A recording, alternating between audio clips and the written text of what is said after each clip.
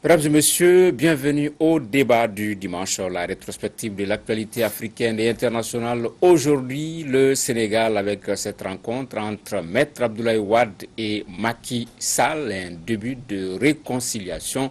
Le Mali avec l'audition du général Moussa Sinko Koulibaly au camp 1 de la gendarmerie. Et également le Mali toujours avec cette semaine riche en actualité à Mopti et à Sévaré. Mopti avec la visite du Premier ministre Bobo Cissé et Sévaré avec ses manifestations qui ont conduit au pillage d'entrepôts de la MINUSMA. Des questions qui seront abordées par nos invités. Makan connaît de nouvelles libérations. Alexis Kalambri de Mali Tribune. Badou Sidi Koba de Carrefour et Maître Chakmar Konaré, avocat. Premier thème, le Sénégal. Vous vous rappelez, après s'être affiché main dans la main avec son prédécesseur à l'inauguration de la mosquée Djinal le 27 septembre dernier, Macky Sall avait promis une réception à Maître Abdoulaye Wade. Ces choses faites ce samedi avec un tête-à-tête entre les deux personnalités. C'était au palais présidentiel. Badou Sidi Koba, on croyait les deux irréconciliables depuis 2012, mais tout semble derrière nous à présent. Vous savez que la politique a ces raisons que la politique elle-même ignore. Effectivement, c'est lors de l'inauguration de la mosquée Massalikul Djilan que les deux grands du Sénégal se sont effectivement retrouvés. Mais il faut reconnaître que le cheikh Muntaga Bassirou Mbaké a joué un grand rôle pour cette réconciliation. Vous savez qu'au Sénégal, les mourides jouent effectivement un grand rôle auprès des chefs d'État et autres. Donc cette réconciliation ne m'a pas surpris. Et avant même qu'il y ait cette réconciliation, à la veille de la présidentielle, il y a eu des tractations où Alpha Condé s'est beaucoup impliqué. Ouad s'est même rendu à Conakry, au palais de Sékou-Touré, pour rencontrer Alpha Condé. Et il y a un opérateur économique malien qui s'est beaucoup impliqué pour cela. Il s'agit d'un certain Ousmane Yara. Donc, pour vous dire que cette réconciliation a été préparée de longue date. Et d'ailleurs, d'autres chefs d'État comme Sassou Nguesso, comme Mamadou Issoufou, Idriss Déby et Etno aussi se sont beaucoup impliqués pour vraiment raccorder les points de vue. Et ce qui a surtout marqué l'esprit des gens, c'est le fait que Khalifa Boubacar Sall, l'ex-maire de Dakar, aussi a été gracié mais pas amnistié. Donc nous pouvons dire qu'au sein de la classe politique sénégalaise, les choses bougent et que désormais Macky Sall est effectivement le maître du jeu et des horloges. Maître Konaré, pour certains, c'est un lève sale qui s'est lavé en famille, puisque Macky Sall, Abdoulaye Wade, c'est le fils et le père. Finalement, c'est un linge sale qui a été lavé en famille. Il y a effectivement un accent un air de retrouvailles en famille. Mais je tiens à souligner que tout le monde semble y trouver son compte. Macky Sall a déjà été réélu. Il n'a plus intérêt à ce que la tension persiste avec la famille Wade. Wade n'a pas pu obtenir par la force que son fils soit amnistié. Il compte bien qu'à la faveur de cette réconciliation, une loi d'amnistie soit votée en faveur de son fils. Mais la chose demeure précaire, parce qu'on connaît Wade assez impatient. Si dans les mois qui suivent, son fils Karim n'était pas amnistié, il n'est pas exclu qu'il reprenne la bataille. D'accord, Makan connaît sur ce début de réconciliation entre Abdoulaye Wade et Macky Sall. Moi, je crois que c'est une excellente chose, déjà, ne serait-ce que pour la stabilité et tout. Mais je ne peux pas m'empêcher de faire le parallèle avec la situation que nous vivons aujourd'hui. C'est que, Macky, j'ai toujours dit que c'est quand même, c'est vraiment un homme d'État. C'est un homme d'État. Maintenant, et Macky Sall et Abdoulaye Wade, je crois que c'est deux personnes qui ont su prendre suffisamment de hauteur par rapport à cette situation. Et puis, quoi que les gens disent, sans tambour ni trompette, voici que ils font la paix, eux d'abord. Parce qu'en fait, oui, c'est vrai, c'est sans tambour ni trompette. C'est vrai que les gens ont dit intervenir par-ci, par-là. Mais je crois que les deux ont pris suffisamment de hauteur, malgré la profondeur de leur crise, malgré tout ce qui les sépare. Parce qu'on est jusqu'à... on cite même des noms d'enfants et tout. Vous savez, quand ça rentre dans la famille, c'est compliqué. Or, je disais que je ne pouvais pas m'empêcher de faire le parallèle avec le Mali. Pendant ce temps, nous, nos chefs, nos anciens chefs d'État, nos hommes politiques se tirent dans les pattes, on ne parvient pas à se mettre d'accord, même sur le minimum, quoi, pour que le pays puisse sortir de tout ce que nous connaissons. Depuis combien d'années déjà que les uns et les autres ne font que ça, la crise elle perdure, elle dure, et puis tout le monde tire la couverture sur lui. D'accord, Alexis Kalampli. Maintenant, il n'y a aucune réconciliation. Il n'y a vraiment aucune réconciliation. C'est un jeu de calcul hautement politique, comme dirait Chana. Si vous voyez tout ce que Badou a cité comme ayant intervenu, le calife général et tous les autres, l'ont fait depuis longtemps. Ça n'a jamais rien donné. Wade n'a pas obtenu un passage en force.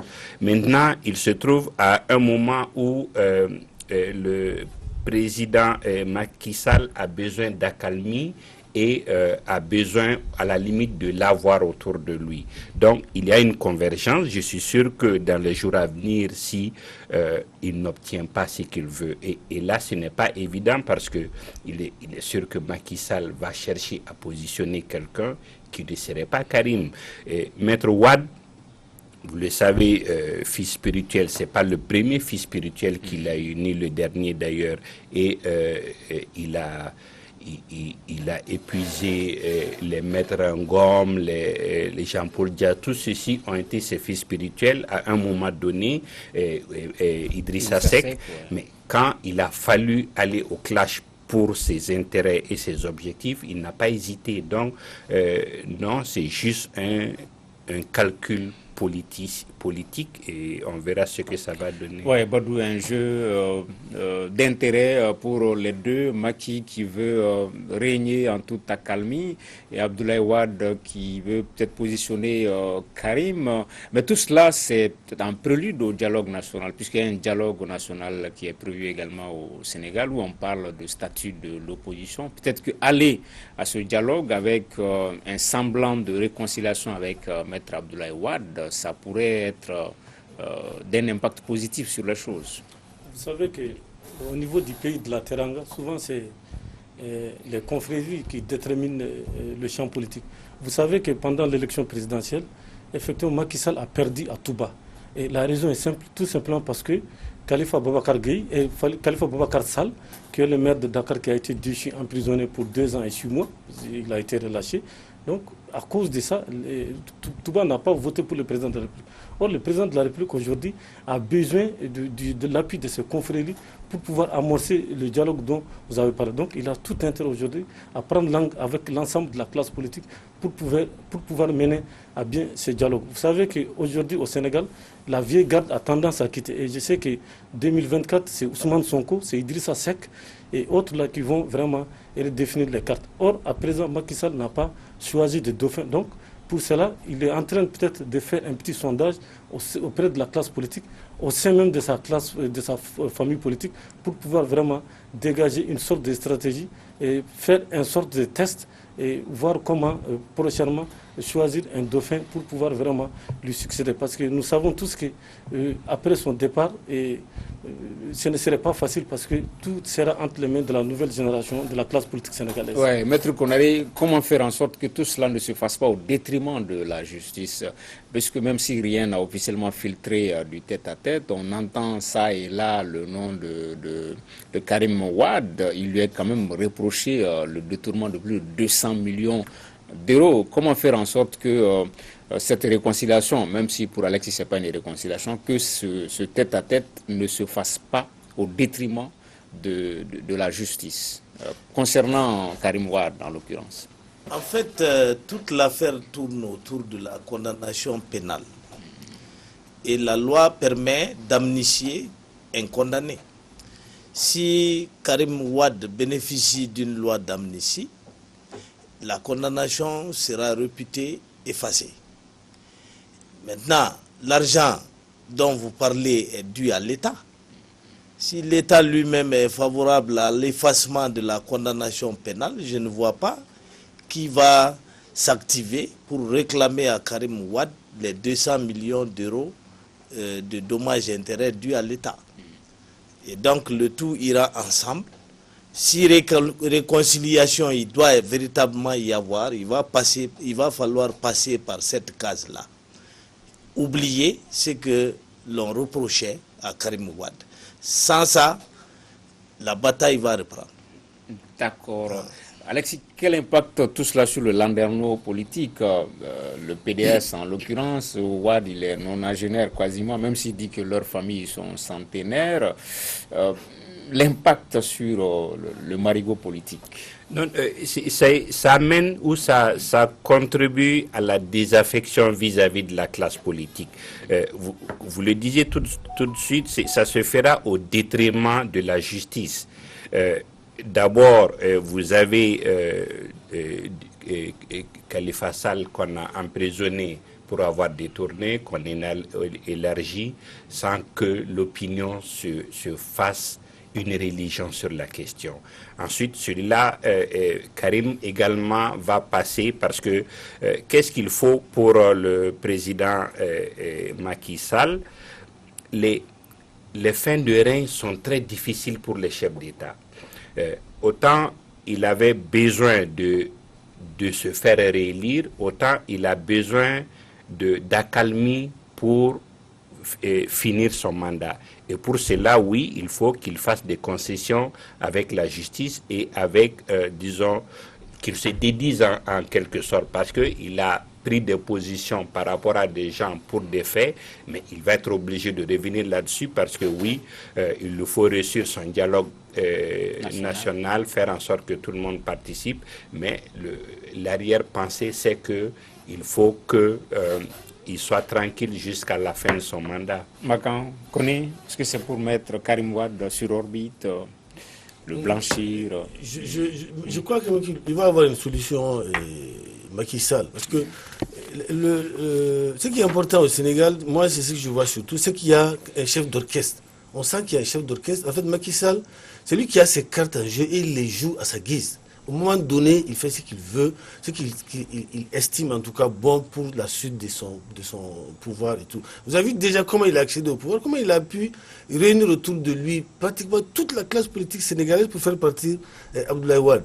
Maintenant, comment il a géré son premier mandat, tout le monde l'a vu. Tout ce qui pouvait plus ou moins gêner sa réélection, il a trouvé au moins, pas lui directement, en tout cas la justice a trouvé un moyen pour les empêcher d'être candidats. Maintenant, pour revenir au maire d'ancien maire Sall, c'est vrai qu'il est amnistié, mais il peut ni être électeur, il n'est ni électeur ni éligible à présent. Donc pour vous dire, il ne représente pas encore de danger. Maintenant, le cas de Karim Wade, je crois qu'il va le régler aussi, à sa manière, et comme il sait bien le faire, moi en tout cas. Bon, maintenant, mon grand frère Alexis parle de non-réconciliation. Je ne sais pas pourquoi elle dit ça, mais je crois qu'il y a deux personnes qui s'adressaient à prendre la parole, mais qui jouent à tuer à toi. Je crois qu'il y a, en tout cas, on peut parler quand même d'apaisement du climat politique entre eux, et qui va peut-être donner lieu à une réconciliation véritable plus tard. D'accord, oui, Maître Konaré. Et non pas amnistie. Oui, mais c'est ce que je voulais dire qu'il n'est ni électeur ni éligible, quoi. En fait. D'accord, d'accord. Une actualité qu'on va suivre. Deuxième thème de ce débat du dimanche, le Mali, on vous le disait à l'instant, le président de la Ligue démocratique pour le changement, le général Moussa Sinko Koulibaly, auditionné par la gendarmerie, c'était au camp 1. Le général Sinko écouté près de 7 heures durant sur notamment une publication sur son compte Twitter. Nous l'écoutons lui-même donner des explications quant à cette audition, un élément de 2 minutes 30 que nous vous invitons à suivre. Disons, je viens de passer près de 7 heures d'audition au niveau de la gendarmerie nationale. Après, j'ai compris que le procureur de la commune 5 aurait envoyé un document pour dire que le message que j'ai posté sur Twitter, que quelqu'un, je ne sais pas qui, a compris que ce message était une incitation à une révolution, une incitation à un soulèvement, une incitation à une insurrection, une incitation à un coup d'État. Tout cela sous-entendu que j'aurais des régiments de chars, des avions, des navires de guerre pour essayer de déstabiliser la nation malienne.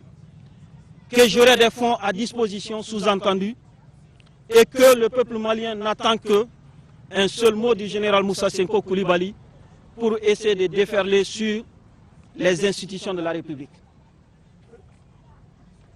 C'est ce qu'on m'a reproché. J'ai dit, ok, c'est très bien. Le message que j'ai posté, je l'ai posté en français. J'ai dit, permettez-moi de douter, vraiment de douter sincèrement du niveau d'éducation en français de la personne qui dit que ce que j'ai posté est une incitation à un coup d'État, à une révolte. J'ai dit, si vous voulez qu'on discute, si la personne comprend français comme disent, ou s'il y a une traduction en bambara ou dans une autre langue pour la personne, qu'on me donne accès à cette traduction. J'ai dit qu'à cela ne tienne. Je suppose que la personne comprend français. Je suppose que la personne ait de bonnes intentions. Je suppose que la personne ait de bonne foi. J'ai dit, si vous voulez que je vous explique ce que cela veut dire, j'ai dit, je vais commencer par le commencement. Quand j'ai décidé de quitter l'armée, quand j'ai décidé de m'engager dans la vie politique, mes opinions, mes points de vue ont tout le temps été clairs. J'ai tout le temps dénoncé la gouvernance dans ce pays. J'ai tout le temps dénoncé la corruption. J'ai tout le temps dénoncé l'absence des services sociaux de base. J'ai tout le temps dénoncé la mauvaise éducation. J'ai tout le temps dénoncé l'insécurité dans notre pays. Cela n'est pas nouveau. Nous disons que le peuple malien n'est pas un peuple maudit. Nous sommes un peuple béni de Dieu. Ce qui nous arrive actuellement arrive par la faute de certaines personnes. Ce qui nous arrive actuellement, il y a bien quelqu'un qui est responsable. Ce qui nous arrive actuellement, il y a bien quelqu'un qui doit répondre de cela. J'ai dit, ce que j'ai tweeté est tout simplement le reflet, l'opinion d'une partie de la population malienne. Moussa Sinko Koulibaly, au sortir de cette audition au camp 1 de la gendarmerie nationale Badou Sidi Koba, vous venez de l'écouter. Qu'est-ce que vous pensez dans un premier tour de table?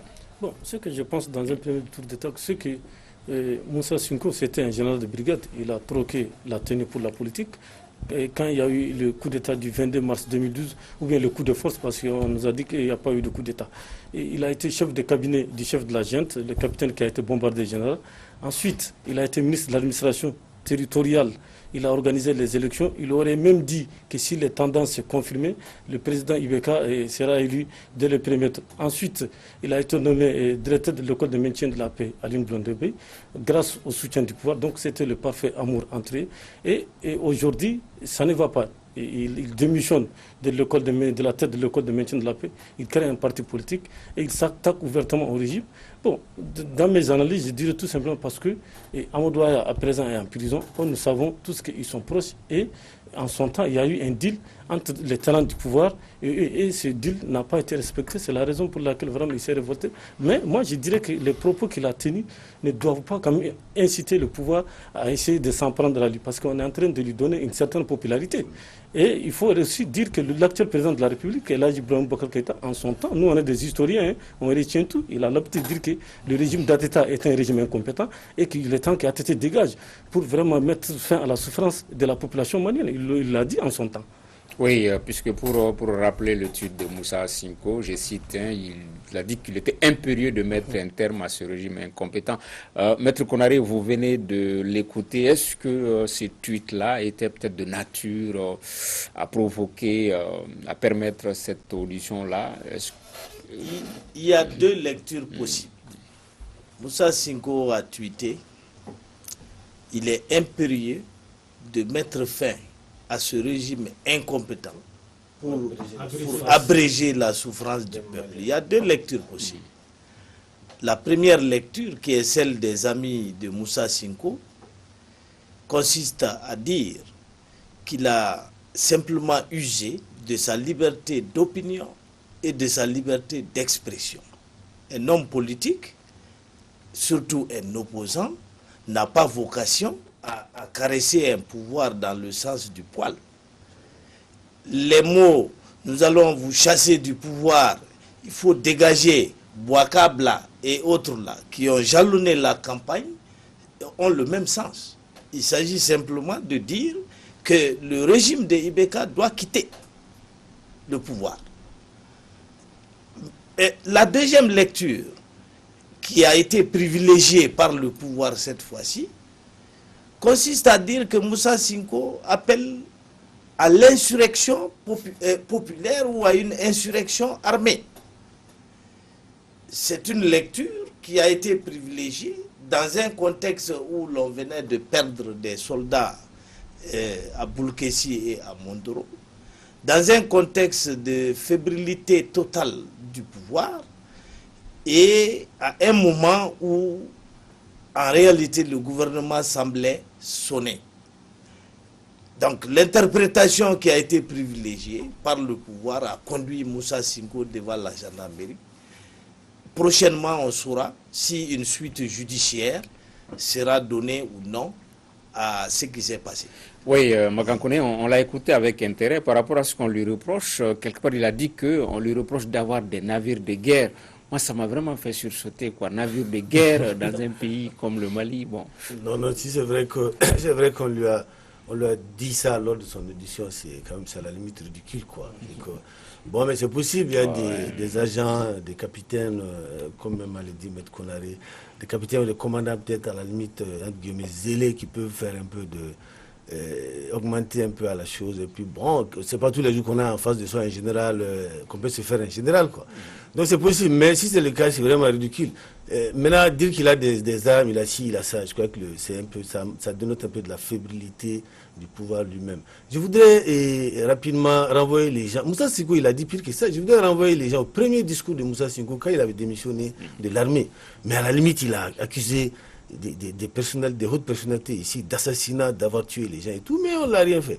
On l'a rien dit. Maintenant, ce qui va se passer dans ce cas-ci, c'est que il faut que l'État, on le dit souvent autour de cette table, un État, quand il sait qu'il ne peut pas s'assumer jusqu'au bout, il y a des mesures qu'il ne faut pas prendre. Il ne faut pas s'engager dans des pistes dont on sait qu'on ne peut pas arriver jusqu'au bout des procédures.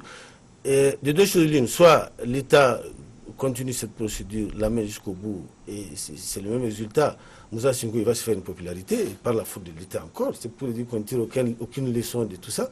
Ou bon, on s'arrête en chemin, et c'est la même chose. Ça va affaiblir l'État. Ben, moi, je ne vois pas quel intérêt aujourd'hui l'État avait en ces temps-ci à enclencher cette procédure qui ne va servir que Moussa Sinko lui seul. Je crois, c'est mon humble avis. Alexis Kalambri. Je pense qu'il faut serrer deux niveaux. Moussa Sinko, c'est vrai, est néophyte en politique, mais il est permanemment en campagne, je dirais. C'est-à-dire le langage qu'on adopte pendant la campagne, que tout le monde comprend et place dans le contexte d'une campagne, lui, il a gardé ce langage-là. Ensuite, si vous regardez dans notre environnement politique, il n'est pas le plus véhément. Il y en a qui ont le verbe plus haut et plus dur que lui, mais qui ne tiennent pas des propos comme ça. Donc, quoi qu'il soit, même général démissionnaire, il y a des propos. Je suis sûr que si c'est un journaliste qui avait dit ça, il serait déjà au trou avec la bénédiction de tout le monde. Non, je pense que à la limite, on est à un niveau où chacun doit comprendre ses responsabilités et aller au-delà de cet aspect qui consiste à juste vouloir nuire. Oui, Badou, peut-être qu'il faut comprendre la posture de l'État, puisque vu le contexte vraiment délétère, on a vu une tentative de nettoyage même sur les réseaux sociaux et au niveau du registre politique également, il faut qu'il y ait la même atmosphère. De ce point de vue-là, on peut comprendre l'État qui essaie de restaurer son autorité, qui essaie de faire en sorte que les choses aillent bien dans un contexte où c'est l'avenir du Mali même qui est en jeu. Non, moi je pense que l'interpellation de Moussa Sinko n'est pas une manière de restaurer l'autorité de l'État. On a dit restaurer l'autorité de l'État il y a très longtemps. Donc Moussa Sinko est en train de profiter d'une situation, mes confrères l'ont rappelé, il y a eu Boulkessi, il y a eu Mondoro, donc il veut peut-être exploiter ça vraiment pour se faire une place au soleil. Sinon, de mon point de vue, ces sorties médiatiques en aucune manière ne peuvent vraiment constituer une menace pour le régime actuel. Mais le fait qu'il a été convoqué, ça lui a donné une certaine popularité parce qu'on a vu le Omar Mariko aller s'arrêter devant le camp pour le soutenir. Donc tout ça, c'est une façon aussi de montrer au pouvoir en place qu'il a des soutiens. Mais de mon point de vue, l'État aurait dit peut-être damer sur ça et continuer avec ce qui intéresse les gens, c'est-à-dire le retour de la paix, de la stabilité au nord et au centre du pays. Jusqu'où cette affaire-là peut nous mener, Maître Konaré? Quelle pourrait être la suite? Il y a eu un soit transmis du procureur adressé à la gendarmerie pour enquêter. Le PV d'enquête, c'est ça qui est dressé à la suite des 7 heures d'audition dont parle Moussa Sinko. Le dossier va retourner chez le procureur qui, au vu de la réponse, des réponses données par Moussa Sinko et des éléments recueillis par les enquêteurs, va poser le chef de prévention. Soit il décide de saisir un juge d'instruction si l'affaire est compliquée, soit il décide de poursuivre Moussa Sinko lui-même devant le tribunal correctionnel pour des faits qu'il va définir, ou bien il va simplement décider de classer l'affaire. Et s'il classe l'affaire, ça veut dire simplement qu'on a voulu intimider Moussa Sinko et qu'en fait on n'a pas entendu poursuivre la procédure jusqu'au bout. Oui, Magan, est-ce qu'il faut se réjouir un peu du fait que la justice se saisisse de cette affaire-là? Autant on l'a salué par rapport à la lutte contre la corruption, est-ce que autant il faudrait en faire la même chose par rapport à cette tentative de restaurer l'autorité de l'État, d'auditionner plus ou moins des personnes qui s'attaquent un peu à la stabilité, à la quiétude du pays? Logiquement, oui, mais je crois que restaurer l'autorité de l'État, c'est pas de cette manière. C'est que la restauration de l'autorité de l'État commence par le haut sommet de l'État lui-même. C'est-à-dire que c'est compte tenu de certaines attitudes, de certains comportements. On a vu par exemple, il y a une année, quand il y a des activistes sur les réseaux sociaux qui sont allés, je vous donne par exemple l'exemple de la maison de la presse elle-même, qui sont allés manquer de respect, nous insulter jusqu'à la maison de la presse. Nous nous sommes plaints à tout le monde, mais il n'y a eu rien. Il n'y a absolument rien. On a laissé cette situation pour une année durant. Et maintenant, en fait, c'est ça le problème. C'est comme j'ai dit.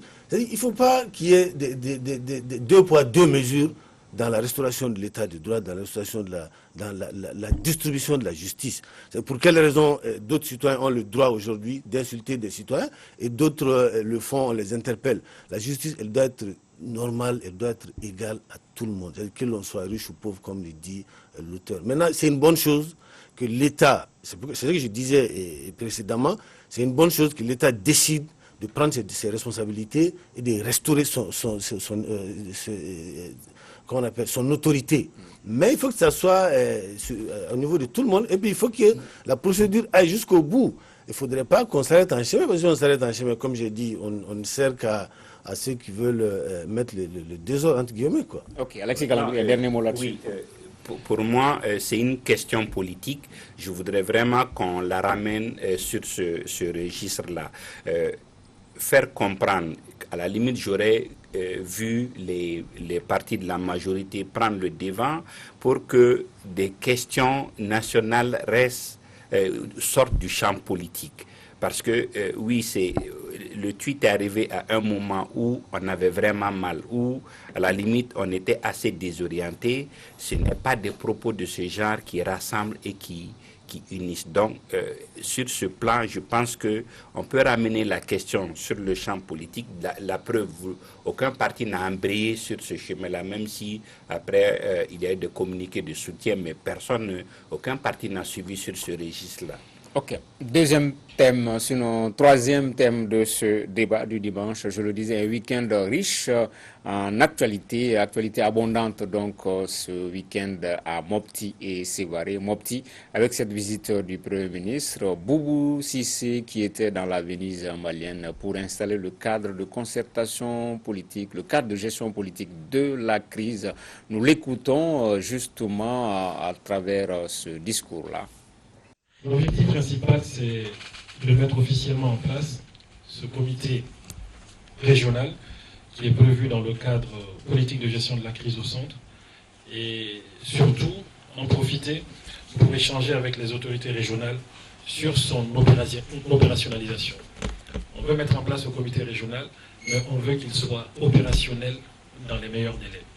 Et vous êtes ici les mieux placés pour nous donner des idées sur la manière la plus rapide de rendre ce comité régional opérationnel dans les meilleurs délais et pour remplir les missions qui lui sont assignées. Voilà, Boubou Cissé à Mopti. Il y avait également à Sévaré ces manifestations devant le camp militaire et également suivies par des pillages des entrepôts de la MINUSMA. Mais on va d'abord mettre le focus sur la visite du Premier ministre Boubou Cissé, Badou Sidi Koba, ce cadre de gestion politique de la crise au niveau de la région de Mopti. Ça peut faire bouger les lignes selon vous?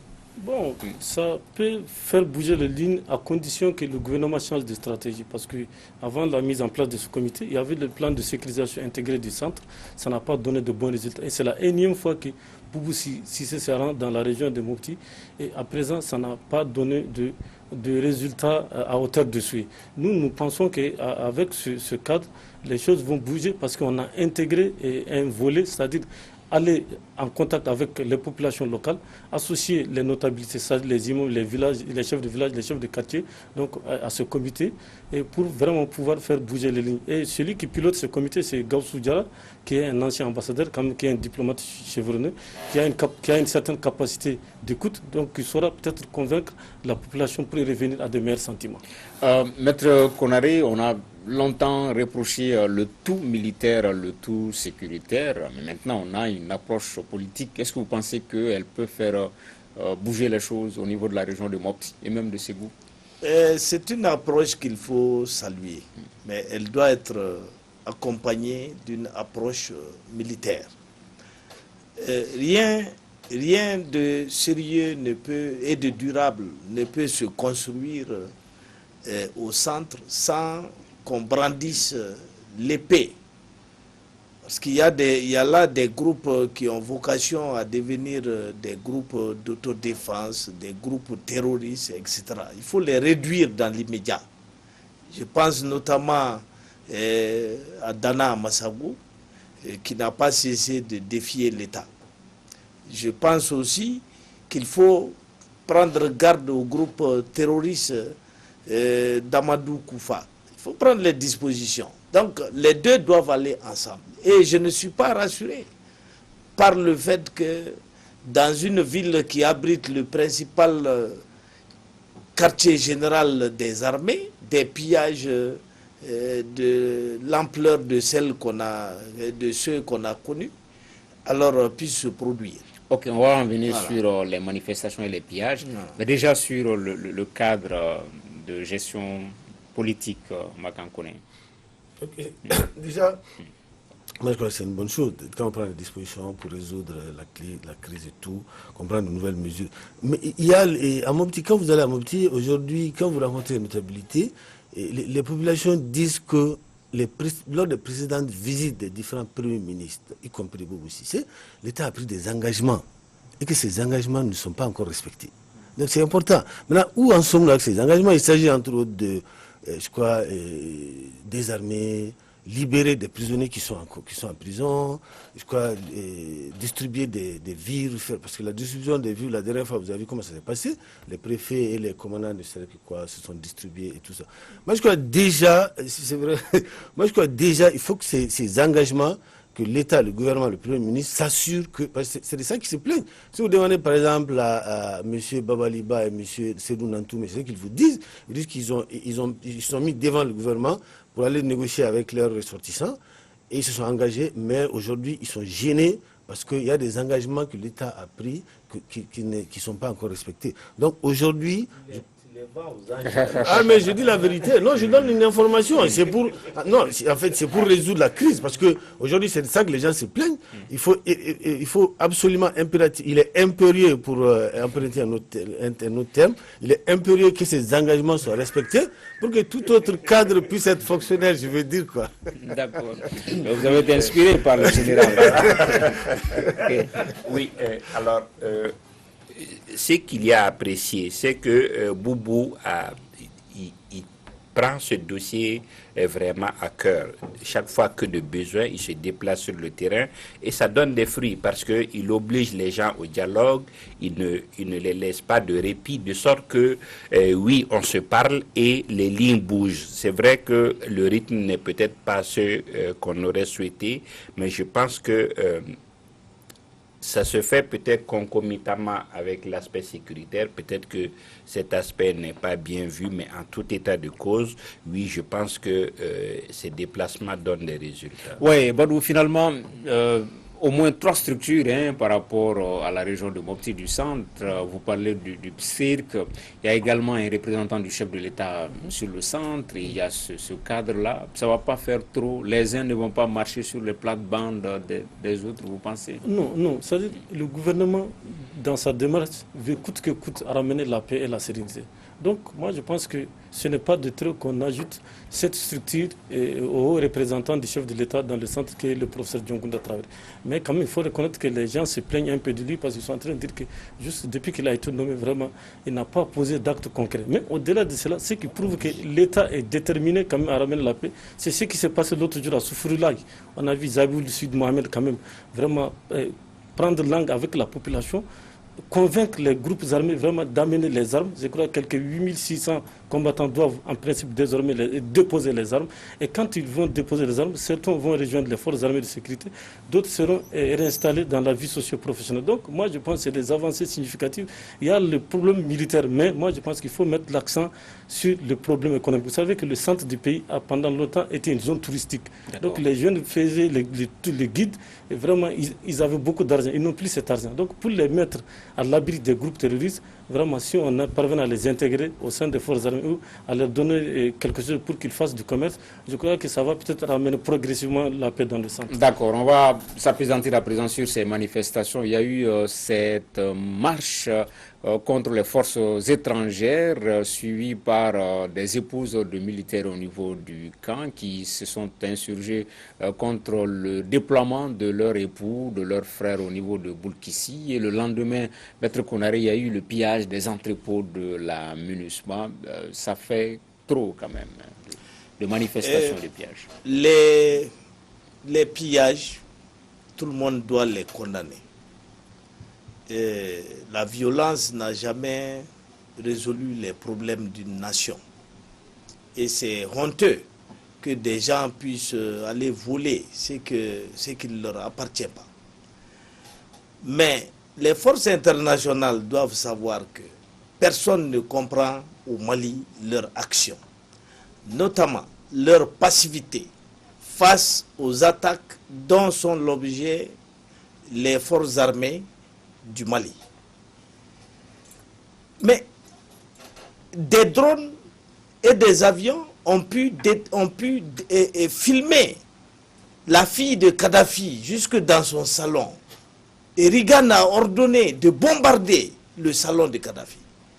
Des drones parcourent le ciel malien et on ne comprend pas qu'à leur nez et à leur barbe, des colonnes de séparato-djihadistes et autres là viennent massacrer à Boulkessi et à Mondoro. Nous ne comprenons pas. Est-ce que c'est pour autant justifier... on ne comprend pas à Mopti, autant on ne comprend pas Est-ce que c'est pour justifier les manifestations et les pillages? Non, j'ai commencé par dire qu'il faut condamner les pillages. Okay. Mais je dis aussi que personne ne comprend la passivité qui confine à la complicité des forces internationales au Mali. Il faut qu'elles nous disent ce qu'elles sont venues faire. Elles sont venues aider l'État malien ou bien elles sont venues prendre du thé. Non, moi je crois que fondamentalement, il y a 3 problèmes qui se posent au niveau de la MINUSMA et qu'elle doit impérativement gérer, pour ne pas employer le terme impérieux une nouvelle fois. C'est au niveau de son mandat lui-même.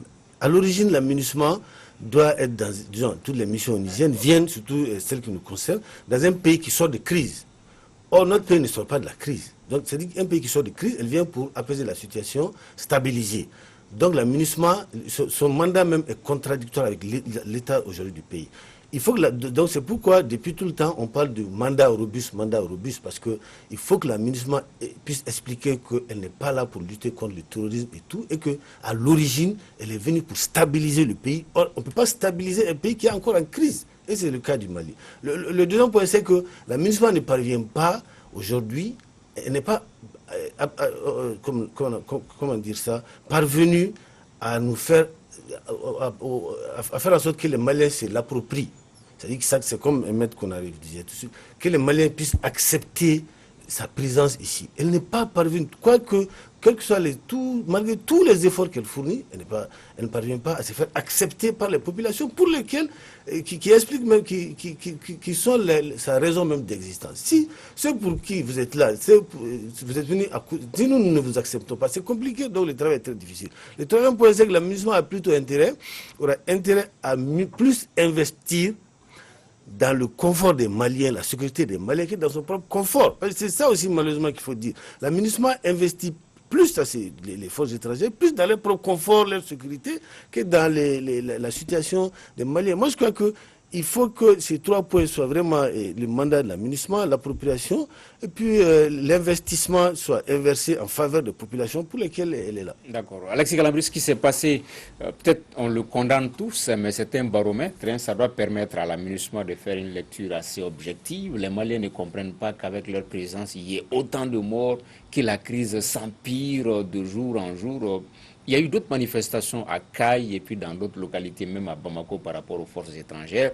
La MINUSMA doit tirer les leçons, faire une lecture assez objective de tout cela pour s'améliorer. Oui, il y a des questions, disons, auxquelles il faut répondre à tous les niveaux. D'abord, est-ce que nous sommes capables de nous défendre seuls? Est-ce que les forces étrangères qui sont là nous aident? Est-ce que nous avons besoin de ces forces étrangères? Quel est leur rôle exactement au Mali? À la limite, pour Barkhane, on peut facilement répondre. Barkhane a dit elle lutte seulement contre les terroristes, n'est-ce pas? Et sauf que on ne fait pas de distinguo entre terroristes et irrédentistes. Mais la MINUSMA, c'est pas très clair. Donc oui, et je pense qu'au niveau des Maliens également, les questions n'ont pas de réponse. C'est-à-dire, est-ce que quand on se débarrasse de notre chauvinisme, en toute objectivité, on est capable de dire est-ce qu'on peut se battre seul? C'est ça non, parce que sur le terrain, les manifestations tendent à nous faire comprendre que on peut certainement nous en sortir sans les autres. Il faut que cette question soit bien répondue. Donc je pense que oui, il y a beaucoup d'amalgames, il y a beaucoup de non-dits. Je partage en partie pour une fois les interrogations de maître, même si c'est assez extrémiste. Mais oui, on a beaucoup de questions non résolues. C'est dommage que Serre ne soit pas là parce que peut-être qu'il est encore en mopti. Voilà, puisque les Maliens se posent ces questions-là. Par exemple, Badou, on a vu chez les confrères que des hélicoptères auraient été brûlés. Ce n'est pas vrai. Et ça peut vraiment être... c'est pas du tout confraternel, mais c'était quand même assez méchant, quoi. Donc les Maliens se ressortent tout cela et souvent se posent la question sur la bonne foi de certains de nos partenaires. Non, moi, je comprends le cri de cœur de la population, mais que la population aille jusqu'au pillage, vraiment, elle a franchi le Rubicon. Parce qu'il faut éviter la manipulation. Faisons extrêmement attention. Aujourd'hui, sans les forces internationales, les terroristes vont prendre du thé à Bamako. Disons-nous la vérité. Il faut être clair. Et moi, je pense que ce qui irrite la population, c'est le fait que quelques bédouins et terroristes et quelques bergers fanatisés puissent tenir en échec la MINUSMA, Barkhane, la force conseil du G5 Sahel. Je prends l'exemple seulement de la Somalie. En son temps, les Américains sont venus, la mission des Nations Unies en Somalie est venue, et on a manipulé la population. Finalement, les casques bleus ont évacué la Somalie. Et la Somalie s'est retrouvée encore dans le chaos. Il a fallu que l'Union africaine envoie des contingents. Et je rappelle aux Maliens que lors de la prise du marché de Bakara à Mogadiscio, 70 soldats burundais du contingent de la mission sont tombés. Et si les Burundais avaient exigé à ce que leur force se retire, ce que je veux dire, c'est que depuis 2012, il y a un malaise profond au sein de nos forces armées. On vous envoie pour... Le président équatorien, Théodore Obiang Bazoko l'a dit, on vous envoie pour écraser une mutinerie et vous vous retournez contre votre président de la République. Donc, et des femmes qui vont devant un camp pour empêcher les militaires d'aller au front. Les forces internationales sont là pour nous appuyer, mais c'est à l'armée malienne qu'il revient le rôle régalien de rétablir la souveraineté de notre pays. Il faut dire la vérité. D'accord. Voilà. Vous avez parlé de bergers, de bédouins, vous avez parlé également de manipulation. Mais Maître Konaré, on a vu une vidéo circuler par rapport à Boulkessi, où après même l'attaque du camp, on voit deux jeunes parler une langue nationale.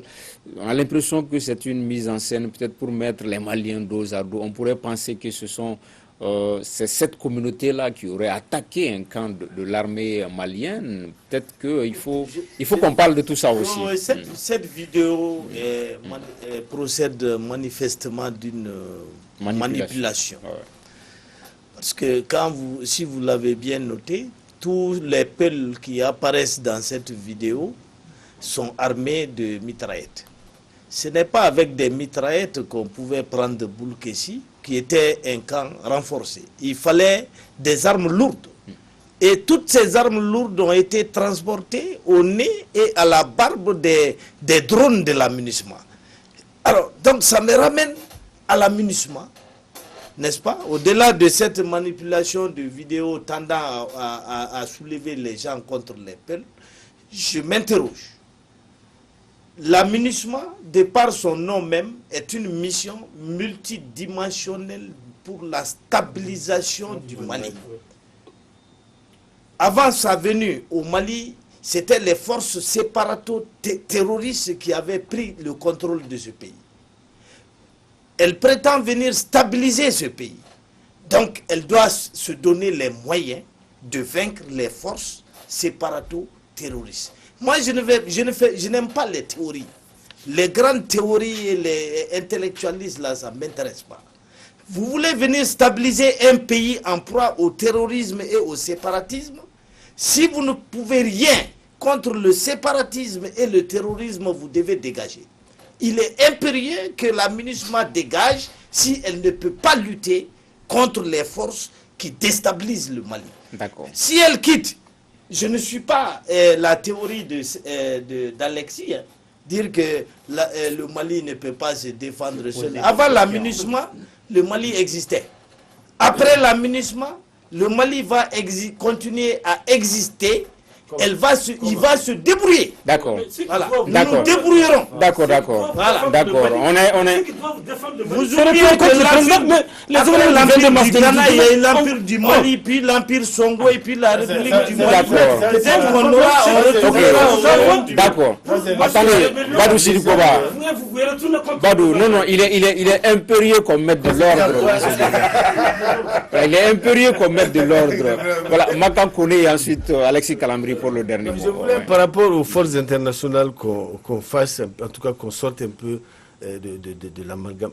Les forces internationales, moi je l'ai dit, je parle de Barkhane et de l'amunissement. C'est très clair. Et puis Barkhane, c'est vrai que c'est nous, c'est le Mali qui a demandé à Barkhane de venir. Maintenant, l'amunissement a été décidé d'une certaine manière, mais on ne sait pas comment. En tout cas, les Nations Unies ont décidé que le Mali doit être assisté et soutenu. On a envoyé l'amunissement.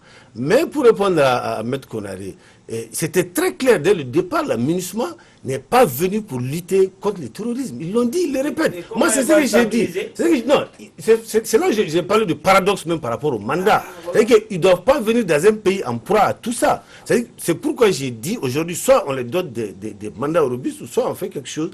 Mais aujourd'hui, il est important à ce qu'on revoie l'amunissement, ou que l'amunissement elle-même fasse des efforts pour se faire accepter par la population. Par exemple, toi, par exemple, tu es l'un de ceux que l'amunissement doit démarcher pour que tu expliques qu'elle n'est pas là que pour prendre du thé et faire des trucs. Moi, c'est important à la place de l'amunissement.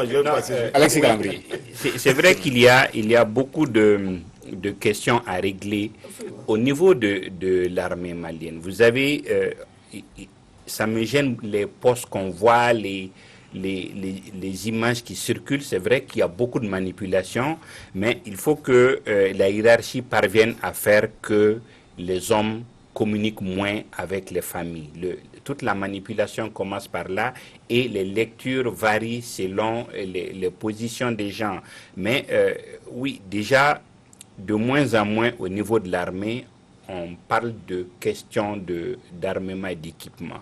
Ça, c'est déjà une bonne chose. Je pense qu'il faut mettre l'accent sur la discipline et sur les autres aspects techniques. D'accord, ce sera donc le mot de la fin. Merci d'avoir suivi ce débat. Avant de clore l'émission, ce journal, l'œil de l'école de journalisme.